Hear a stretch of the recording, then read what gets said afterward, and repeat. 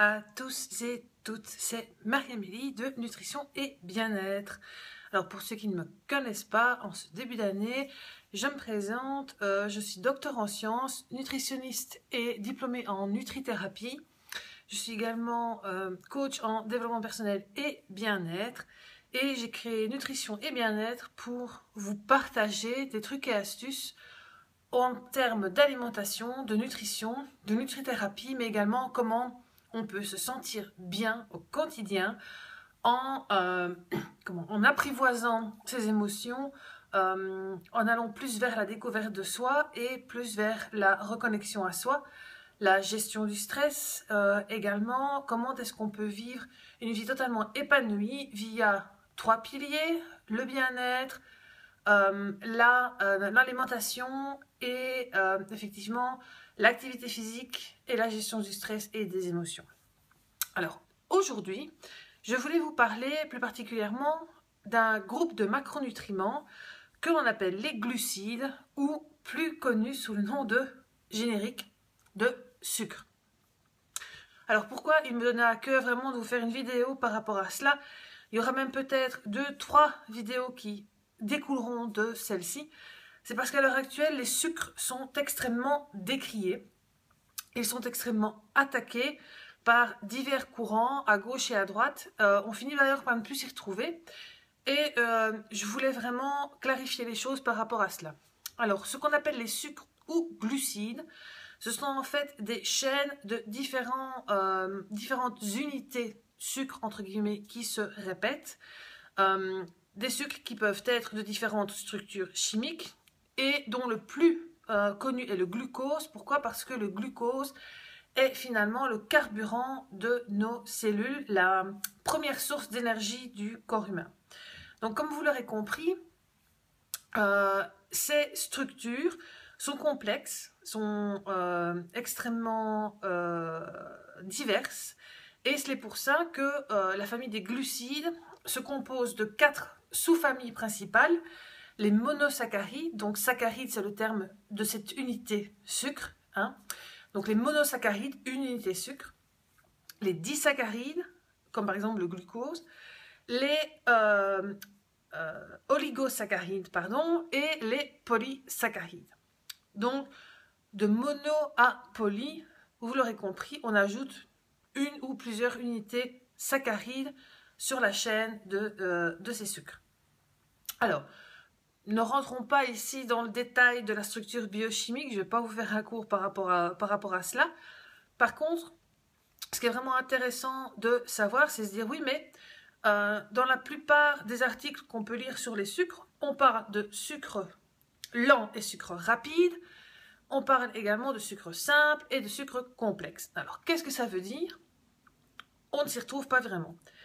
Alors, en fait, on appelle un sucre simple les mono et les disaccharides, donc les chaînes les plus courtes de glucides, les moins compliquées dans leur structure, et les sucres complexes, des structures qui sont plus élaborées, linéaires, branchées, et on associe très souvent, ou du moins il y a quelques années, on associait très souvent sucre simple égale sucre rapide, sucre complexe égale sucre lent. Et quand on entend lent ou rapide, c'était la vitesse d'assimilation finalement de ces sucres et le fait de vous donner de l'énergie directement. Eh bien, il s'avère que cette notion de lent, rapide versus simple et complexe n'est pas du tout directe. C'est-à-dire que certains sucres, certains glucides qui sont complexes peuvent être des sucres rapides et certains glucides qui sont dits simples peuvent être des sucres lents. Alors vous allez me dire, oui mais comment on s'y retrouve? Alors on s'y retrouve via une notion qui s'appelle l'index glycémique. Alors qu'est-ce que c'est l'index glycémique? Pour faire court, c'est la vitesse à laquelle le glucide va augmenter votre taux de sucre sanguin, votre taux de glucose sanguin. La référence est le glucose puisque c'est le carburant effectivement de nos cellules. Donc, la vitesse d'assimilation, donc l'index glycémique du glucose c'est 100. Au plus l'index glycémique va être bas, au plus ce glucide va être lentement assimilés par l'organisme. Et effectivement, au plus l'index glycémique est élevé, au plus le sucre va être rapidement assimilé par l'organisme. Alors, on considère des sucres à assimilation lente à partir du moment où ils sont inférieurs à 30-35, ça dépend des échelles. S'ils sont entre 35 et 50, on les assimile à des sucres assimilés de manière moyenne, voire légèrement au-dessus de 50, et ensuite au-dessus de 70, on les considère comme des sucres rapides, donc des sucres très vite assimilés, puisqu'ils se rapprochent de celui du glucose en fait. Alors, qu'entend-on par assimilation rapide? Eh bien, il faut savoir que les glucides sont gérés par l'organisme, donc métabolisés par principalement deux hormones que sont l'insuline et le glucagon. Alors, l'insuline produite par le pancréas va permettre, en fait c'est un transporteur, va permettre au sucre qui circule dans le sang d'être assimilé dans la cellule, et à ce moment-là, la cellule va l'utiliser comme carburant dans une réaction qui s'appelle le cycle de Krebs et qui va produire l'énergie. Et donc va permettre à vos cellules de fonctionner. Alors, comme vous l'aurez compris, les glucides, un de leurs rôles principaux, leur premier rôle, c'est une source d'énergie. C'est la source d'énergie principale de vos cellules. Alors je dis principale parce qu'elle n'est pas la seule. En effet, de bonnes graisses peuvent être également utilisées comme source de carburant. Et éventuellement, c'est le cas lorsque vous vous mettez au régime et que vous faites la diète à la fois sur les sucres et sur les graisses, sur les lipides, bien vos protéines peuvent être également vues comme une source d'énergie potentiellement par la cellule. Elles vont être utilisées par la cellule. C'est pour ça qu'on dit en général que quand vous faites un régime strict, vous finissez par perdre de la masse musculaire si vous ne faites pas de sport, parce qu'effectivement, à force d'être à la diète, bien le corps se dit on ne me fournit pas de la graisse dont j'ai besoin, on ne me fournit pas le sucre non plus. Et donc, où je vais aller puiser mon énergie pour fonctionner et faire lever ce corps tous les matins, eh bien, c'est dans les protéines, donc dans mes muscles. Donc, il y a une fonte musculaire qui s'opère. Alors, les glucides sont également responsables de l'équilibre hormonal, notamment, ces deux hormones que je viens de citer, l'insuline et le glucagon. Donc, le glucagon, lui, c'est l'inverse, il va en fait gérer un différent rôle des glucides, notamment dans leur stockage. Alors, il faut savoir que les glucides sont stockés soit au niveau du foie, soit au niveau des muscles, dans une forme qui s'appelle le glycogène. Il faut savoir que le corps ne sait pas en stocker énormément, d'où le fait que normalement il est rapidement utilisé. Et à partir du moment où vous en mangez trop, il est stocké non pas sous forme de glycogène, mais sous forme de graisse. C'est aussi pourquoi, en général, on vous dit oui, mais attention, tu vas grossir quand tu manges trop de sucre. Pourquoi? Parce que à terme, le corps le stocke sous forme de graisse et donc va augmenter la capacité des cellules graisseuses, donc adipeuses, ou va multiplier ces cellules adipeuses qu'on appelle également adipocytes. Alors, un autre rôle des glucides, via leur second rôle, c'est-à-dire via l'équilibre hormonal, ils vont notamment favoriser le sommeil. On dit souvent que quelqu'un qui dort mal doit augmenter légèrement sa ration de glucides dans son assiette le soir. Alors, qu'entend-on par glucides? Eh bien, c'est tout ce qui est pain, pâtes, riz, céréales.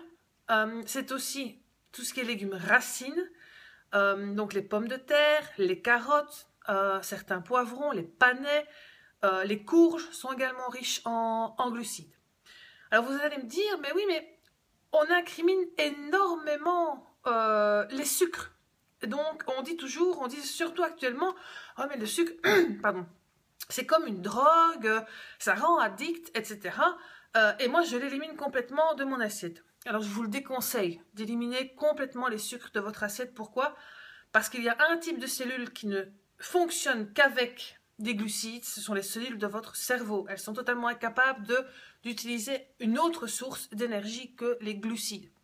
Alors, ce qu'on incrimine aussi dans les magazines, et où on fait un peu l'amalgame entre tout, ce n'est pas les sucres, les glucides en tant que tels, ce sont les sucres raffinés. Autrement dit, les sucres extrêmement sains, donc ceux à index glycémique élevé, si vous vous rappelez ce que je disais en tout début de vidéo. Et ce sont des sucres, comme ils sont raffinés, ils ne sont pas bruts, ils ne sont plus du tout naturels, ils ne contiennent plus de bons éléments comme des minéraux, comme des fibres, comme certains types de vitamines également. Et finalement également, les glucides sont impliqués dans une réaction qui est aussi une réaction de type hormonal, de type neurotransmetteur, qui en fait active la chaîne du plaisir. Et c'est pour ça qu'en général, bon, voilà, si vous craquez, si vous êtes stressé, vous craquez sur une pâtisserie, sur un bout de chocolat. C'est pour ça également que l'on dit que le sucre est addictif, parce que cette chaîne de neurotransmetteurs, si elle est fréquemment sollicitée et de manière régulière et forte, elle va finalement être habituée à recevoir ce genre d'éléments, je vais dire, à chaque fois qu'elle est sollicitée, et donc il va y avoir un système de réaction en chaîne qui est similaire à la réaction en chaîne qui se produit via ces mêmes neurotransmetteurs si vous prenez de la drogue. Alors, n'allez pas imaginer que le sucre est effectivement a les mêmes effets que la cocaïne ou que certains types d'opiacés comme la morphine par exemple, comme l'héroïne. Alors, on lit beaucoup les choses à ce niveau-là. Faites bien le distinguo. Ce n'est pas parce que cela sollicite la même chaîne que, effectivement, cela provoque dans votre organisme des effets délétères tels que la cocaïne ou l'héroïne peuvent le provoquer, et le provoquent d'ailleurs effectivement. Mais il est un fait certain qu'au plus votre corps va consommer des sucres dits rapides, au plus les deux premières hormones que j'avais citées, donc l'insuline aussi principalement, hein, on va citer uniquement celle-là, va être à la limite moins efficace. Elle va être produite systématiquement par votre pancréas, et votre pancréas va finir par s'épuiser, se fatiguer, et c'est la porte ouverte vers le diabète. J'en reparlerai dans certainement une deuxième vidéo où je me focaliserai sur les effets délétères des sucres rapides ou à index glycémique élevé. Alors ce qu'il faut aussi savoir, c'est que ce n'est non seulement cette notion de index glycémique élevé qui est délétère pour la santé, mais c'est aussi la quantité et le mode de cuisson de ces glucides, puisque un glucide qui est à un index glycémique raisonnable va avoir cet index glycémique monté à partir du moment où la cuisson n'est pas idéale et adéquate. D'où le fait, par exemple, que les Italiens préfèrent les pâtes al dente, parce qu'en les cuisant raisonnablement, eh bien, elles gardent un index glycémique également raisonnable. Donc, faites vraiment attention à tous ces amalgames et retenez bien que les glucides, du moins pour le moment dans cette première vidéo, les glucides, certains types de glucides à index glycémique bas ou moyen, en quantité modérée, sont vraiment des amis. Ils participent à énormément de choses, notamment aussi au maintien du poids. Pourquoi? Parce qu'ils sont satiétogènes, donc ils permettent de garder une certaine satiété et de ne pas vous diriger vers des aliments vraiment malsains, de la junk food, quand vraiment vous avez des fringales ou des choses comme ça. Ils vous aident à calmer votre estomac à partir du moment où ils sont bien répartis sur la journée, surtout le midi. Donc voilà, j'espère que cette première vidéo sur les glucides vous a intéressé. N'hésitez pas à vous abonner à la chaîne YouTube en cliquant sur le bouton en bas, à droite ou à gauche, je ne sais plus dans quel sens, en bas à droite ou à gauche de votre écran. N'hésitez pas non plus à aller voir les autres sources d'informations que j'ai partagées avec vous, mon site web et la page Facebook de nutrition et bien-être, où d'autres types d'informations vous sont présentées, et je vous dis à bientôt dans une prochaine vidéo sur les glucides.